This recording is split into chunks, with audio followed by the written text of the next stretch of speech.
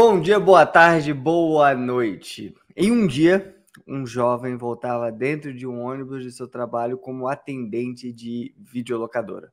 Quando, olhando para fora da janela, ele pensou consigo mesmo: eu preciso tomar um rumo diferente na vida. Ele tinha sido um mau aluno na adolescência a ponto de repetir na sétima série. Em casa, ele viria a ser o primeiro da família a ter um curso superior. Bem novo, ele se casou e foi pai de duas meninas. E foi uma rotina de trabalho, cuidado com as filhas enquanto a esposa não retornava e rotina de estudos na madrugada que ele venceu seus objetivos e hoje é juiz de direito. Converso aqui com Davi Weber. Davi, seja muito bem-vindo. Muito obrigado por estar aqui conosco hoje. Nossa, alegria é minha. Obrigado pelo convite. É uma honra poder participar. Fico muito feliz. Antes de iniciarmos aqui, eu quero pedir a você que assine nosso canal, ative as notificações, clique aí no sininho para você ativar essas notificações, porque assim você recebe em primeira mão todos os conteúdos que lançamos por aqui. Toda quinta-feira, há mais de 3 anos, temos novos vídeos aqui no canal Imparável que vão te ajudar a se motivar, a se inspirar, a seguir em frente, a jamais desistir.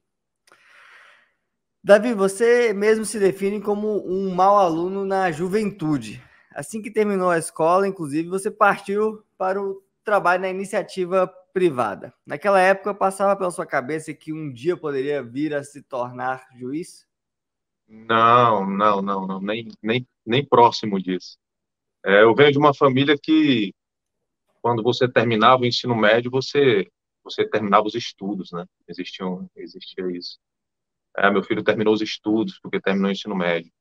Então, avançar para a universidade, para mim, já seria algo assim extraordinário. E como você bem disse, eu nunca fui um bom aluno. Na verdade, eu não fui um bom aluno mesmo. E aí, é, fui aos trancos e barrancos, terminei o ensino médio e como eu não tinha capacidade naquele momento de passar no vestibular, como muitos dos colegas passaram, tal, eu fui trabalhar, né? Tinha que trabalhar, tinha que ganhar algum dinheiro. E foi aí que eu fui trabalhar numa locadora, uma locadora de vídeos, né? VHS, em videocassete, lembra? Aquelas fitas lá. E aí eu fazia indicações, assistia aos vídeos e fazia as indicações, trabalhava ali no caixa, tal. Então eu ganhava ali parecido com um salário mínimo e ali era a minha vida até os 22 anos, eu acho. Terminei o ensino médio já com 19, o que já não é muito cedo, tal. E trabalhei ali até os 21, 22. E aí eu me lembro muito bem desse dia, dessa noite, né, vindo no ônibus, sentado ali na janela, e foi ali que eu comecei a pensar na vida, né, e analisar a minha vida em perspectiva, até quando eu ficaria ali em pé, mostrando vídeos para as pessoas, doendo ali o solado dos pés. Eu chegava muito cansado em casa no final da noite e tal. E aí eu não via muita perspectiva. E foi a partir dali que eu disse, Deus, eu tenho que fazer alguma coisa.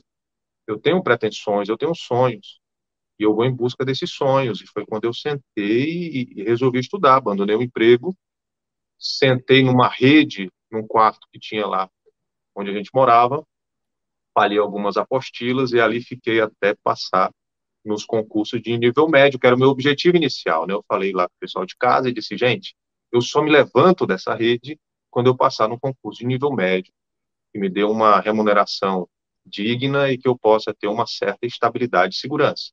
E foi o que eu fiz a partir dos 22 para 23 anos, Gabriel. E uma dúvida: por que os concursos? Por que não tentar Eu, buscar outro emprego, tentar exato, outra área? eu tenho um padrasto que eu considero um pai, né? Eu considero um pai. Minha mãe se separou do meu pai muito cedo, eu tinha 5 anos, 4 para 5 anos. O meu irmão é 10 anos mais velho, ele tinha 14, 15 anos. E aí a gente é, a gente olha de uma família bem simples, tá? Então passamos ali bastantes dificuldades. E, e aí a gente, e aí nesse período minha mãe depois casou com esse meu padrasto, que depois se tornou meu pai, né? Meu pai afetivo, eu considero até hoje. E ele sempre dizia, cara, faz concurso público. Concurso público ele muda a tua vida da noite para o dia. Você vai para uma faculdade agora, você já tem 20 e poucos anos.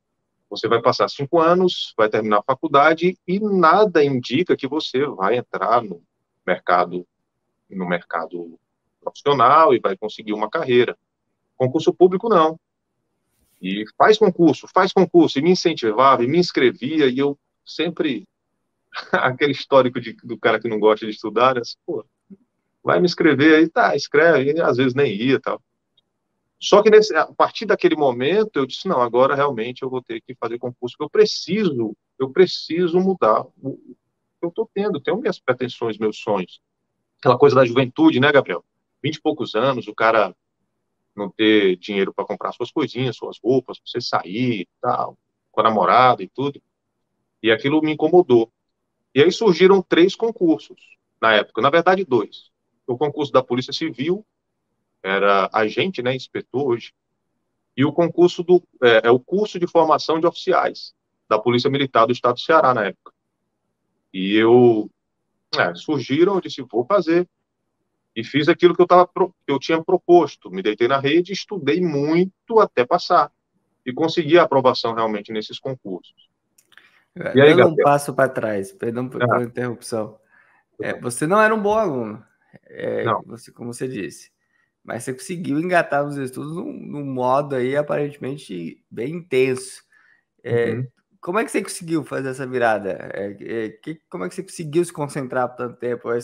Você não era bom aluno porque não tinha interesse, porque não tinha uma meta palpável, ou realmente tinha uma dificuldade de se manter nos estudos por um período mais extenso? Eu acho que eu não tinha era a ambição. Eu acho que até aquela minha idade eu achava que a vida era aquilo ali mesmo. Que você tem uma graninha para que te permitisse ir ao cinema na sexta, no sábado e tal. Mas aí você vai mudando, você vai crescendo, né? Você vai se tornando homem. E aí você começa a assumir um compromisso que até então não tinha assumido. E assim, isso acaba se confundindo você acaba imaginando que você não tem capacidade, né? Porque você nunca estudou, não tem base e tal. Você acaba achando que não vai passar nunca. E, e aí se juntava isso, né? Aquela coisa da falta de ambição e com aquela, imaginando não ter capacidade de passar. E quando a ambição chegou, que eu sentei e comecei a estudar bastante mesmo, eu comecei a tentar visualizar a aprovação, visualizar o que, é que seria da minha vida se eu conseguisse um cargo público, se em vez de ganhar X, eu ganhasse 3, 4, 5X. Eu estava crescendo, queria constituir família logo à frente, então eu precisava estudar. E aí eu tive as dificuldades de cognitivas mesmo. Então, como esses concursos eles tinham muitas disciplinas do ensino médio, história, matemática, português, eu peguei algumas apostilas da época do ensino médio, peguei de alguns amigos, tal. E aí tinha lá muito exercício feito, né? Os exercícios comentados que os colegas tinham feito. Então, assim, eu fui lutando contra essa minha limitação. E eu estudava demais, eu estudava muito, eu estudava, como lá em casa muita gente morava na mesma casa, eu tinha que estudar à noite, pela madrugada. Então, quando o pessoal começava a dormir, é que eu ia estudar. Estudava 11, meia-noite, 1, 2, 3, até 7 horas da manhã. Quando o pessoal começava a acordar, é que eu ia dormir um pouquinho, dormia ali até a hora do almoço. Quer dizer, eu coloquei na cabeça que eu tinha que passar naquele concurso. Foi algo assim extraordinário na época. Eu não consigo nem entender o que houve em mim. Eu acho que é aquela necessidade mesmo, sabe, de mudar. E aí foi uma loucura, assim, bem, bem diferente de É. tudo que eu tinha vivido, mas que fez com que eu conseguisse, né? E você passou nesse concurso de nível médio? Passei no concurso da Polícia Civil e nem fui fazer os exames físicos, porque tinha passado nesse concurso de nível médio. Curso de formação de oficiais. Eu iria fazer um curso cadete, sairia primeiro tenente, já teria uma carreira para me aposentar como coronel. Gabriel, ali para mim eu já estava feito, realizado, né? Já era um motivo de orgulho ali da minha avó, dos meus pais. Era uma coisa que a gente celebrou muito mesmo, porque era uma alteração de patamar na nossa concepção na época. E aí isso foi 2002 para 2003. E aí a Polícia Militar, ela não chamou logo, estava com problema de verba. E aí durante esse ano eu fiquei sem emprego. E aí eu fiz o vestibular da administração de empresas na Universidade Federal. E aí passei nesse vestibular da Universidade Federal do Ceará de administração de empresas. E durante esse ano, eu não tinha sido chamado na PM, eu fiz um pouquinho lá da faculdade de administração. Mas aí surgiu o edital da Polícia Rodoviária Federal, que era um concurso de nível médio, mas que pagava muito bem. Eu acho que das carreiras de nível médio, naquela época, 2004, era a carreira que pagava melhor. E, nossa, eu não tinha pretensão nenhuma de passar naquele concurso ali. E aí meu padrasto, meu pai, ele me inscreveu mais uma vez. Aí ele comprou uma apostila para mim, código de trânsito, noções de direitos, que começou a cair naquela época, me deu. E eu falei, cara, tá bom, tô inscrito, vou dar uma estudada. E aí sentei naquela mesma rede, comecei a estudar do mesmo jeito, aquela pressão toda. E aí consegui a aprovação na PRF, cara. Meu irmão, ali foi um acontecimento nas nossas vidas, viu? Foi extraordinário, foi maravilhoso. Em 2003 para 2004, a gente estava aos pulos, eu, minha mãe, meu pai, meu irmão, minha irmã, celebrando, cara, uma vitória muito grande, porque até pouco tempo eu estava dentro daquele ônibus, cara, olhando É. por fora daquela janela, né? E foi assim muito rápido, o concurso realmente ele se mostrou exatamente como meu pai havia descrevido. Muda sim, muda rápido, muda rápido. E foi dessa forma. E te chamaram rapidamente da PRF? E aí a PRF demorou para me chamar porque ela foi dividida em 6 turmas. Inicialmente eram 2.000 vagas, 600 mil inscritos. Eu lembro do Cid Moreira falando, que concurso é esse? Mais de meio milhão de inscritos. Eu falei, cara, eu não vou fazer essa prova, você tá doido. Muita gente. E aí eles acabaram chamando 3.000, dividindo em 6 turmas. Eu estava na segunda. Então demorou 6 meses. Nesses primeiros 6 meses de 2004, eu fui para o CFO da PM, fiquei lá na academia, fiz lá os primeiros 6 meses, até porque faltava ainda o resultado do psicotécnico da PRF, que depois foi aprovado. Aí, em agosto de 2004, a PRF me chamou e eu fui para o curso de formação da PRF. Então, em 2004, eu passei o ano inteiro internado em curso de formação. E aí, em 2005, dia 3 de janeiro de 2005, eu tomei posse lá no Mato Grosso do Sul, na Polícia Rodoviária Federal. E aí depois que começou a cair o contra-cheque, como é que mudou a sua vida naquele momento? Primeira coisa que eu pensei na época, eu era solteiro, né? Então, assim, eu não tinha muitas dívidas minhas próprias. Mas aí aquele irmão, né, que eu te falei, que são 10 anos mais velho que eu, tal, que tinha abandonado a escola na sétima série, estava trabalhando lá na prefeitura de Fortaleza. Então a primeira coisa que eu pensei foi trazer meu irmão para perto de mim, para poder oportunizar, né, para poder dar a oportunidade dele estudar, coisa que eu tinha feito e conseguido, mostrar para ele que agora seria a hora dele estudar também. Aí ele foi comigo lá para o Mato Grosso do Sul, cara. Aí fez o supletivo, tal, entrou na universidade, quer dizer, o estudo conseguiu mudar minha vida, e aí ele fez com que eu entendesse que a partir dali eu teria uma missão, que era trazer o pessoal da minha família também, né, como uma corda que puxa vários caranguejos.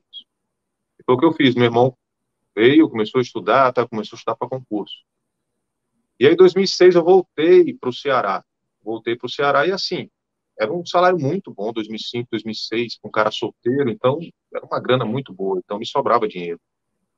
E quando eu voltei, a aula da família da minha mãe, Gabriel, é muito simples, né? Um pessoal muito simples. Quando eu voltei, meus tios, que tinham trabalhos mais braçais, estavam mais velhos, e já não conseguiam sustentar as próprias famílias. Então, eu assumi algumas responsabilidades com eles, como aluguel, até alimentação, tal. E o salário da PRF dava para mim, para o meu irmão e para ajudar o pessoal. Minha avó também, que viveu até 2007. Então, 2006, 2007, eu pude dar um maior conforto para ela, que ela não tinha tido, talvez, nas últimas, sei lá, décadas. Então, foi muito bom, cara. Foi muito bom mesmo. Então, mudou mesmo o meu patamar em termos de possibilidades, né? De possibilidades. E foi muito, muito bom para mim. O meu irmão, depois disso, fez a faculdade dele de Direito, casou com uma servidora pública lá da Defensoria do Ceará, na verdade, é a Defensora Pública lá do Ceará, tem um filhinho pequeno, quer dizer, constitui família, hoje é policial civil lá no Ceará, e a gente E eu fico, eu fico até meio assim, porque realmente foi uma decisão, né, cara, que mudou minha vida e a PRF depois me permitiu casar, constituir minha família, ter minhas filhas, né? Porque eu era PRF até outubro do ano passado. Passei 17 anos na PRF. Então, tudo que eu construí foi naquele concurso, né? Naquele concurso que eu nem ia me inscrever, aquele concurso que eu vi o Cid Moreira falando que era mais de 500.000 de inscritos, e se eu tivesse, não vou e não ido, sei lá o que é que seria, né? Sei lá o que é que seria, sei lá se a PM teria me chamado, e aí vai. E as coisas foram nessa toada aí. Então, aproveitando o gancho aqui, né? Você passou 17 anos na PRF, já sonho realizado, família super feliz, uma condição financeira muito boa. O que te fez estudar para a carreira da magistratura e buscar esse outro voo que envolve até mudança de local, mudança de vida, né, de maneira geral. O que te fez buscar esse sonho? Eu, Novo sonho, né? um novo sonho. Eu era Polícia Rodoviária Federal em 2006, né, e voltei para Fortaleza, removido em 2006 para 2007. Só que eu tinha assumido o compromisso de pagar a faculdade do meu irmão, né, Gabriel, como eu tinha te dito. E aí eu tinha que fazer uma faculdade de Direito, porque na minha cabeça eu teria que ter a faculdade de Direito. Porque, posteriormente, se eu quisesse fazer outro concurso, a situação da PRF mudasse, modificasse, né, tal, eu tivesse a possibilidade de ter aquele leque do direito, né, que o direito dá para quem quer fazer concurso. Então, assim, na minha cabeça, eu teria que fazer direito. E aí, em 2006, eu me matriculei num cursinho lá em Fortaleza, aqueles cursinhos semestrais, e fiz o vestibular de novo. E passei em direito na Universidade Federal do Ceará lá também, cara.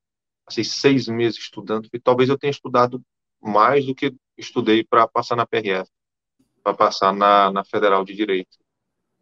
E aí eu fiz o curso de Direito, aí estava na PRF lá, ainda trabalhando na inteligência, no núcleo de operações especiais, que eu sempre fui ligado a essa área criminal, né, também viajava muito.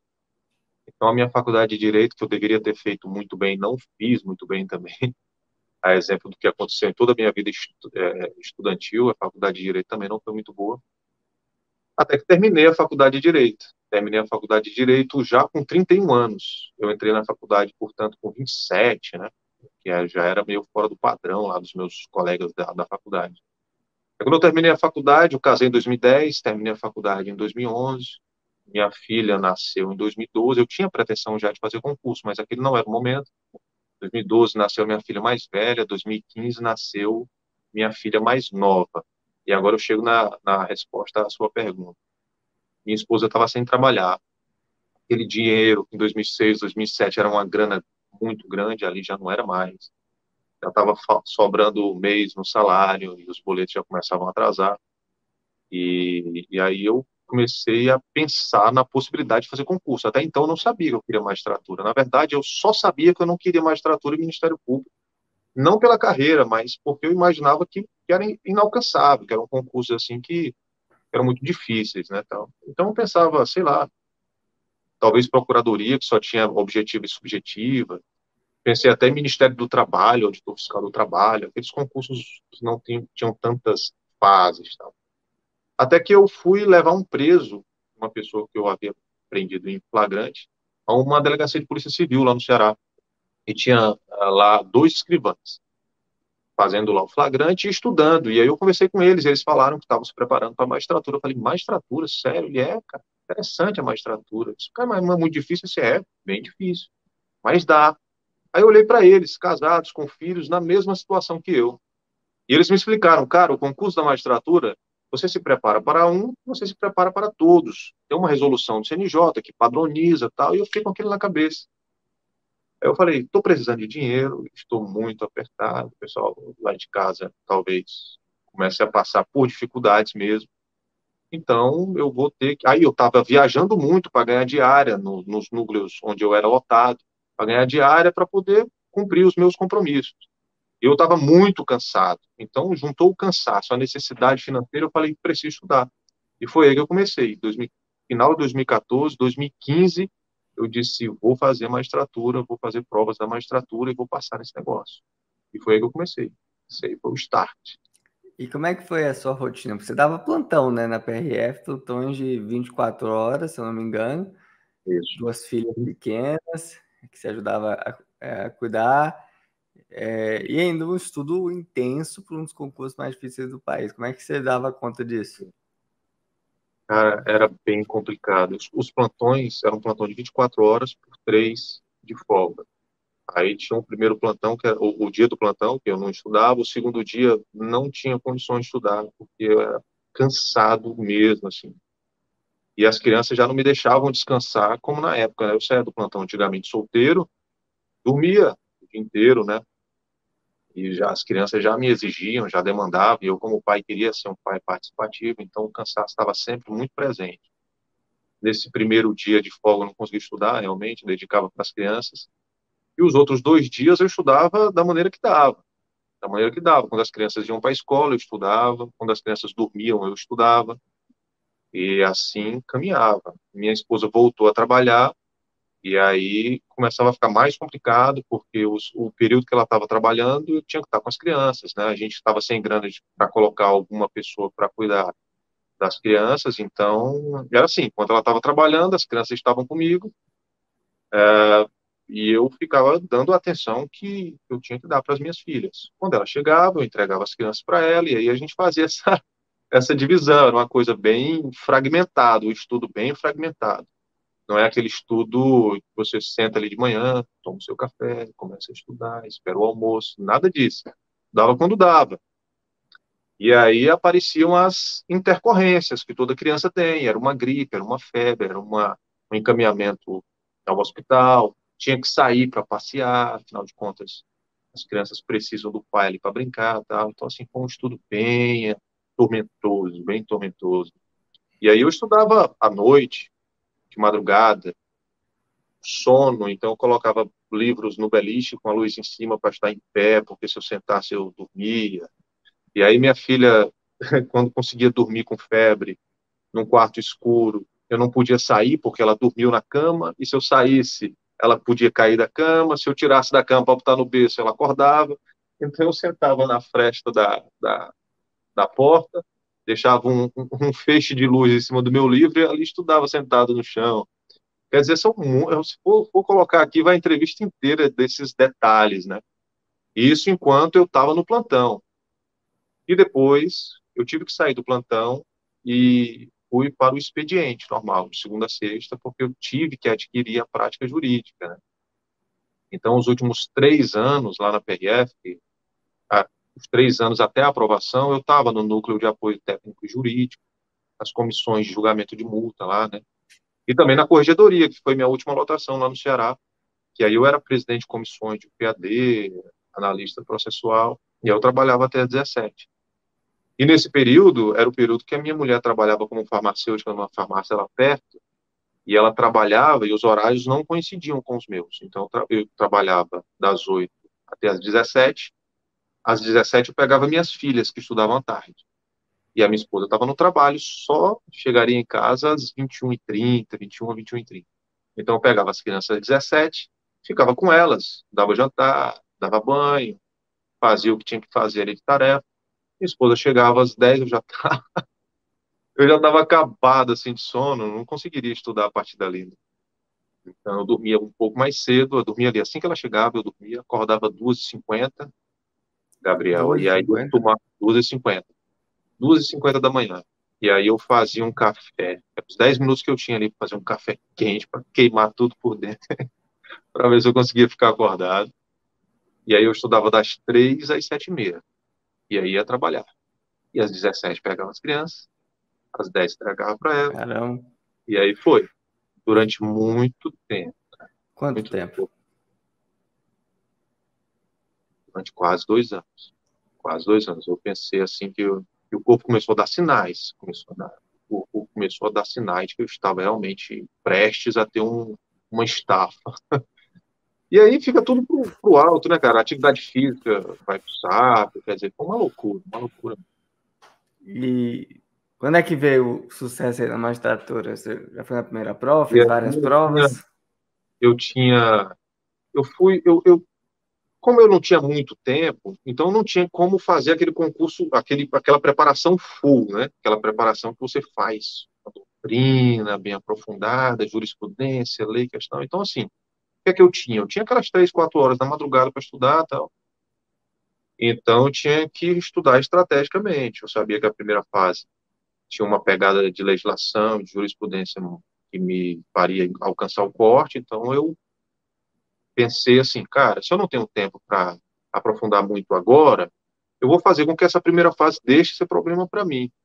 Então, eu vou ser o melhor leitor de lei aqui que você pode imaginar e eu vou detonar nessa jurisprudência. Eu quero ver alguém me reprovar nessa primeira fase. E foi o que aconteceu. Eu comecei a passar nas primeiras fases. E aí eu chegava na segunda e tome pau, né? Não tinha aquela profundidade necessária.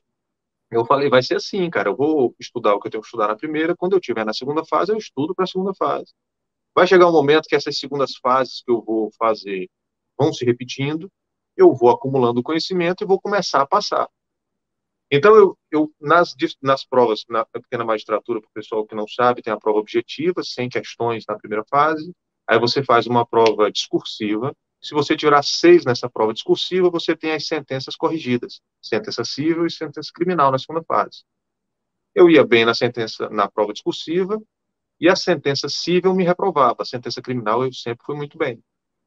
Então, eu comecei a lutar para vencer a sentença civil, né? Então, assim, eu tinha muita dificuldade em razão de não ter a vivência, né, como advogado, não ter a vivência de trabalhar no fórum como analista, como técnico, então tive que me desdobrar para poder passar na sentença civil, né? Então, nunca estudei tanto na minha vida como eu estudei para a prova de sentença civil. Eu disse, o meu problema agora é a sentença civil.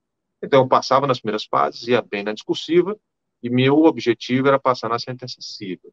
E foi o que aconteceu na Bahia e no Pará em 2020, né, que foram as minhas últimas provas. Eu avancei para as provas orais da Bahia e do Pará, com notas até melhores do que as da sentença criminal, de tanto que eu estudei esse negócio. E aí foi em Quando, 2020, né, que eu fui para as provas orais da Bahia e do Pará.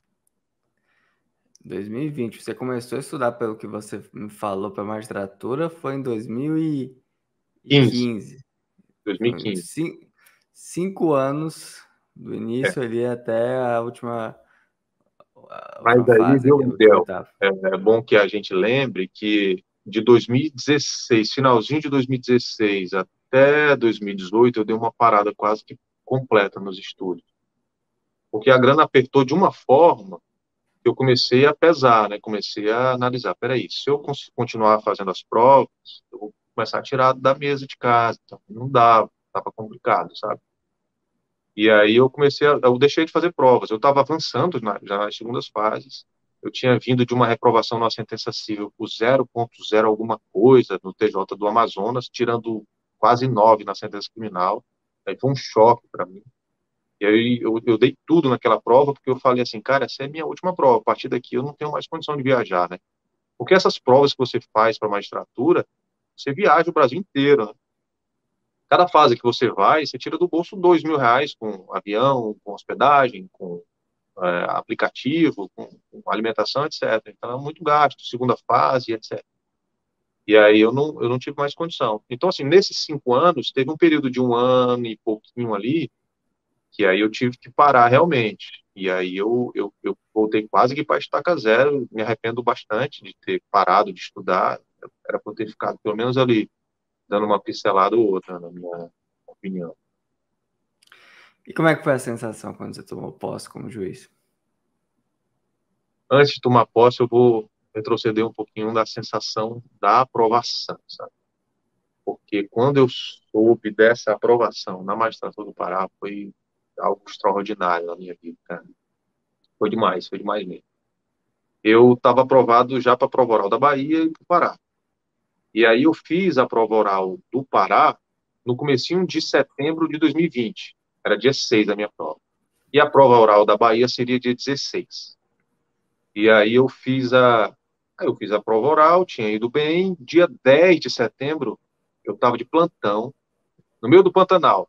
Eu tinha saído da corregedoria e pedi remoção para o Mato Grosso do Sul, sabendo que a qualquer momento eu poderia ser chamado no Pará ou na Bahia, e minha esposa é de lá. Então, eu peguei remoção para que minha esposa passasse um tempo lá com a família dela também, né? Já que nós estávamos há 10 anos perto da minha família. Então, dá uma alegria para essa coitada aí que está tanto tempo longe. E aí a gente estava no Mato Grosso do Sul e eu estava já no plantão lá no Pantanal. E aí a notícia chegou exatamente quando eu estava tentando fazer com que um boi que estava no meio da pista lá, então eu estava numa situação que não estava com sinal. Quando eu voltei lá para o nosso posto, nossa unidade, aí chegaram as mensagens, passou, passou, passou, passou. E aí deu aquele frio, né, aquela coisa, aquele choro gostoso. Eu liguei para minha família, assim, minha mãe, meu pai, minha irmã, meu irmão, numa ligação de WhatsApp com todo mundo, assim, sabe, nas janelinhas. Era um choro generalizado, e eu sozinho, cara, eu tenho quase 1,90 m de altura, eu todo fardado, tinha acabado de correr atrás do boi. Eu chorava, cara, igual uma criança, assim, uma sensação maravilhosa, um choro daquela, da realização, né? Porque eu lembrei de todo o esforço, né? De tudo, e aí veio, e a gente conversando ali, a minha mãe falando coisas assim, de orgulho, né? De orgulho daquele filho que era um menininho até pouco tempo atrás, tal, e com todas as dificuldades, conseguiu modificar a vida dele e conseguiu puxar o irmão e o pessoal da família, ter conseguido conquistar um cargo dessa magnitude, né, cara? A gente que inicialmente só queria terminar o ensino médio, de repente a pessoa faz direito, termina direito, e aí consegue passar no concurso de juiz, assim, que era uma... A gente não tem jurista em casa, a gente não tem nenhum tipo de influência, né? Então, foi algo extraordinário. Até hoje ela manda áudio para mim, relembrando esse momento, que foi um momento maravilhoso. E aí terminamos, né? Foi aquela emoção. No outro dia, voltei, abracei minha mulher, minhas filhas, e aí pronto, eu estava aprovado no concurso da magistratura. Vou correr agora para poder fazer a prova oral da Bahia. Aí no dia 12, senti uma dor de cabeça, mal-estar no corpo, comecei a me sentir mal. No dia 14, eu viajaria para Salvador. No dia 15 de manhã, sorteio do ponto. Que há um sorteio do ponto 24 horas antes da prova oral, né? Minha prova oral seria dia 16 de manhã, sorteio do ponto 15 de manhã. No dia 14, eu já estava bem mal. E aí eu falei, rapaz, eu acho que eu estou com Covid. Estou com sintomas. Tá? Só não estava com problema respiratório, mas estava com sintomas. Fui para a Unimed, fiz lá os exames, só que o exame só sairia dia 17. E aí eu resolvi não viajar e acabei não viajando, tanto a insegurança de estar num local, né, doente e tal, como a possibilidade de infectar tanta gente. Era naquele quadro inicial de Covid, né, aquele primeiro quadro que se apresentou, quer dizer. E aí eu acabei não indo, não fiz a prova oral da Bahia. E ter sido aprovado no TJ do Pará foi sensacional, porque não me deixou nem um pouco abalado. Quer dizer, claro que deixou abalado, mas eu estava tão alegre que eu não consegui nem ficar com raiva de não ter feito essa prova oral da Bahia. Foi de boa, foi tranquilo. Davi, qual é o seu conselho para quem está nos acompanhando hoje, possivelmente desmotivado, possivelmente tem um histórico de sempre ser um mau aluno, ter sido um mau aluno na vida, duvida da sua capacidade de estudar para concursos, de alcançar algum grande feito na vida? Qual é o seu conselho para que essa pessoa siga em frente e seja imparável como você foi e tem sido aí na sua trajetória? Olha, meus amigos, é exatamente o que ele disse. A gente tem essa concepção, né, de que a gente não tem essa capacidade, tá? E aí é complicado. Mas quando você olha para uma pessoa que não teve um histórico de estudantil exemplar, e uma pessoa que passou na magistratura já depois dos 40, tomou posse com 41 anos, casado, com duas filhas. Se você está se achando velho por estar entrando na faculdade aos 30, 35 anos, se você, de repente, quer começar agora a estudar, olha para mim, olha para o meu exemplo, o exemplo de tantas outras pessoas que estão na mesma situação, pessoas que vêm de origem humilde, nunca tiveram muita base, muito apoio, né? E não teve muita estrutura financeira que impulsionasse os seus estudos.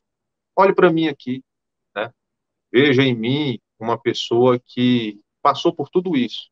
Talvez tenha passado por coisas que você esteja passando agora, né? Que está passando agora. E aí através dos meus estudos, eu mudei a minha vida, cara. A partir dos meus 22, 23 anos, eu tomei uma decisão. Me dediquei muito e fui paulatinamente encontrando a minha capacidade, né? Tudo aquilo que eu duvidava, aos poucos foi indo embora, porque a gente tem que fazer, a gente mesmo nos impõe. Então, olhe para mim, veja tudo que eu passei, tudo que eu mudei, estou aqui hoje com a minha mulher, com as minhas filhas, exercendo a profissão que eu quis, que eu lutei, muito feliz e satisfeito. Se vejam aqui também, tá bom? E corram atrás, se deem esse direito, né? Se esforcem, se joguem, se dê essa oportunidade de tentar e dar o seu melhor. A única coisa que você tem o controle nesse momento é dar o seu melhor. Os resultados podem vir ou podem não vir, mas pelo menos você vai ter tentado, ter dito, peraí, eu tentei, eu busquei, tá? Então, se joga, dê o seu melhor e quem sabe você não vai estar aqui daqui a uns anos, sentado, vestindo a toga como eu vesti no dia 13 de outubro de 2020, vendo a minha mãe e meu pai abraçados e chorando. Quando eu vim chegando com aquela toga, eu olhei direto no olho deles, eles olharam no meu olho, e a impressão é que eu estava correndo para os braços da minha mãe e eu criança. Foi uma sensação tão extraordinária que eu não tenho como descrever. E eu quero que você sinta isso, quero que você sinta isso. Corra atrás do que você quer e dê o seu melhor. Daqui a pouco você vai ver os resultados. Davi, parabéns pela história incrível, pela superação, pelo exemplo que você nos dá aqui. Muito obrigado por ter participado, né, do nosso canal e concedido essa entrevista. Ô, Gabriel, muito obrigado, obrigado pelo convite. Um grande abraço a você, tudo de bom e uma boa noite aí. Felicidades. Muito obrigado a você que nos acompanha aqui no canal. Deixe o seu like, deixe o seu comentário, assine o canal, compartilhe este vídeo, né? Vamos compartilhar coisas boas, conteúdos úteis, conteúdos que podem mudar a vida das pessoas, como este aqui. Então compartilhe, mande este vídeo para pelo menos 3 amigos. Que tal? Depois dessa entrevista, deste momento aqui, mande este vídeo para 3 pessoas. Muito obrigado, fique com Deus e até a próxima. Tchau, tchau.